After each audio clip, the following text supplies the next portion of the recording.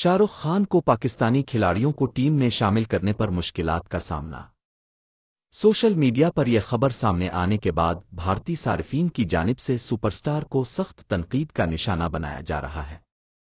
Bali would super star Shah Rukh Khan نے Caribbean premiere league (CPL) میں اپنی team Trinbago Knight riders (TKR) کے لیے دو پاکستانی کرکٹرز محمد عامر اور محمد عثمان طارق سے معاہدہ کیا ہے۔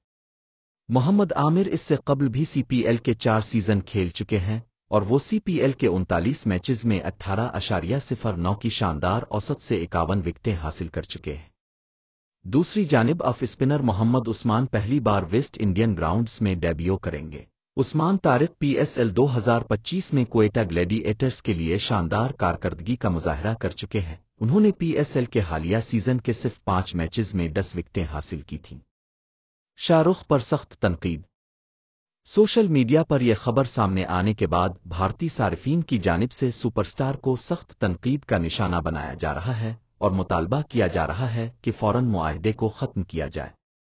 بھارتی میڈیا کی رپورٹ کے مطابق امکان ہے کہ شاہ رخ خان کو ہندو انتہا پسندوں کی طرف سے بھی کسی قسم کے رد عمل کا سامنا کرنا پڑ سکتا ہے، کیونکہ ماضی میں یہی ہوتا رہا ہے۔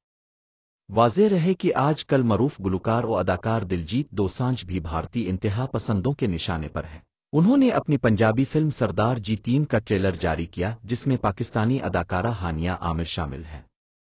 دلجیت دوسانجھ کے خلاف بھارت میں ایک مہم کا آغاز ہو چکا ہے اور انہیں بھی پاکستان اداکارہ کے ساتھ کام کرنے پر دھمکیاں دی جا رہی ہیں۔